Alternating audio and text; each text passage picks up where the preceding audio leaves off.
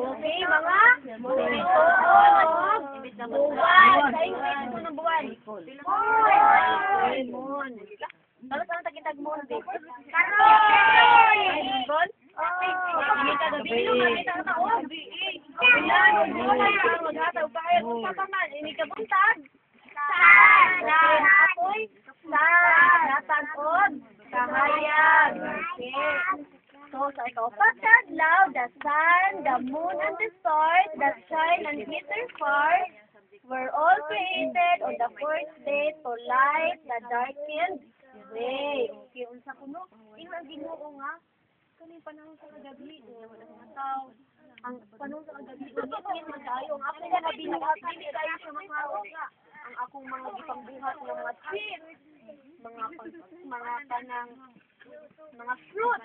Di makita unya urag awa-aw kayo ni gabi. Kano yan? Buhat ni Ginoo ni siya nga. Let there be light.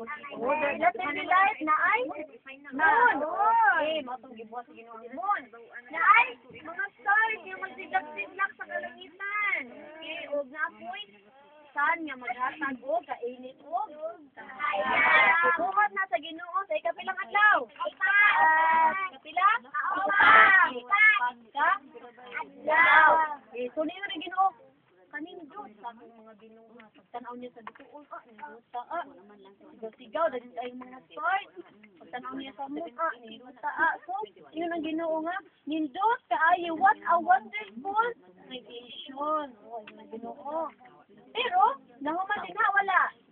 Yun ang Ginoo, kulang pa man. Kulang pa gini ako ang Ginoo. Maghimo pa gid ko og unsa kayong gihimo na pod? Naghimo siya og mga mananap sa tubig o sa hangin o mga water and air creation. Ano pang mga mananap nga nagpuyo sa tubig? Da.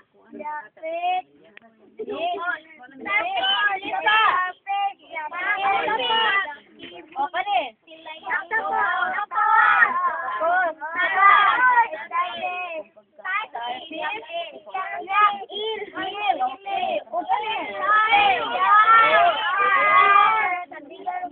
Tanan nga nagpuyo sa dagat, karong tanan nga naa sa tubig, mga bakti. Kung nasa tubig, mo po yung tubig. Turtle! Uwag! Mga isdag! Kanya, bahimo na sa Ginoo sa ikalima nga adlaw. Dili lang pati nasa sa tubig, pati karong nasa nasa hangin. Asa may mga mabuhi nga nasa hangin? Mga butterfly.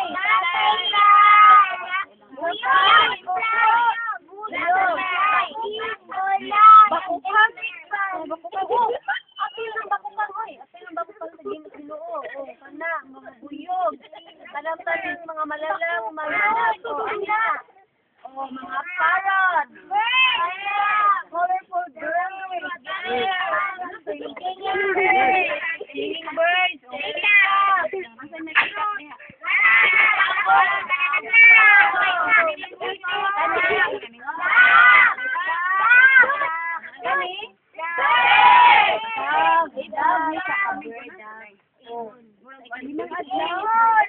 Ano naman yung nag-iimo sa Ginoo?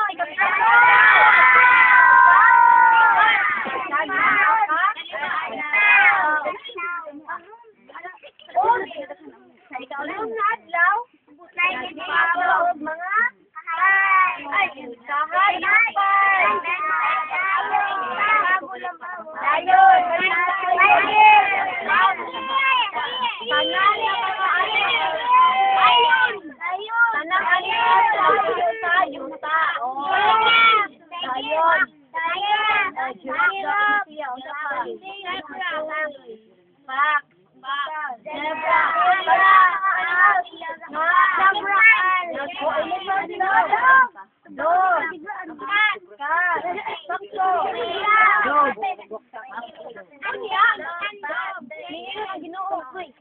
Ginoo kasi nakapupunta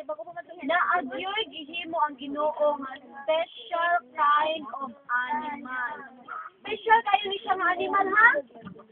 Okay, ingon siya nga, ang kanisang special kind of animal na ako himuon, ako ni siyang tagaan o katungod sa dumala o sa adiman sa kanan niya nga mga ibang buhat, yung ibang himo, mga mananap, hugid, saan, sa baman, mga lutas, kanan, yung gihimo, iyahan, hatag, o tagaag, katungod, ang special kind of animal nga mauang, kinsa kaha? Okay. Ang tawo ang special kaayo nga klase sa mananap nga maoy pinakanindot nga creation sa Ginoo. Kita? Nanti. Kita no ang tawo. Ang tawo ang pinakanindot nga creation sa Ginoo. Ayan naman, ang tawo may pinakanindot. Gawas niya ang tawo ang gihatagan o katungod sa pagdumala sa tanang butang nga iyang gihimo. Ang tawo sad iyang gihimo pariha sa iyahang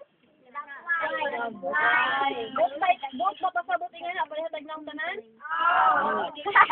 Pareha nang tas Ginoo? Christ-like character na ilong.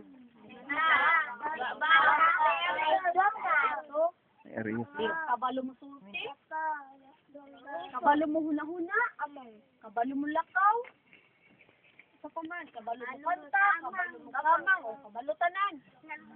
Mo na yung mo sa Ginoo. Kabalo daw mo kaon, kailangan dili siya kaon gyud. Kanang kabalo mo kaon, mo na siya ang special kind na of animal nga gihimo sa Ginoo. Mo nang tao. Kinsa may pinakauna nga gihimo sa Ginoo?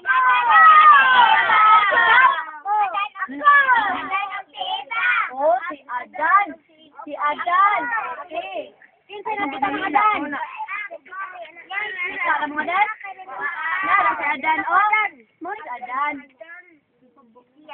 Hubo pa ni siya kay kauna wa pa man nausang si Lina. Man, gubo pa ni Adan, wa pa man ang ginto ang singin at taon na. Wala dili man siya maulaw kayo. Maulaw man siya mo usa. Wala may kisay kaulawan niya mga hayop. Dili siya maulaw kay dili pa man ni batyo ng kaulaw at taon. Siya ang pinakauna nga tawo ang ihimo sa Ginoo. Adan. Ingon ang Ginoo nga. Adan, ikaw ang ako ang tagaan sa right sa pagdumala sa tanan akong mga gipang buhat. Kinahanglan niya imo ni Ate Manon. Kinahanglan imo Ate Manon ang akong mga gipang himo kay ako isang isagana. Ya nimo usa pa gyud niingon pa gyud ang Ginoo nga go to the world and multiply. Mao na nga daghan kayo sa karon kay Nagaan, mag-partner si Adan. Kasi may partner si Adan. Okay. Maris Adan, usara ni siya ka.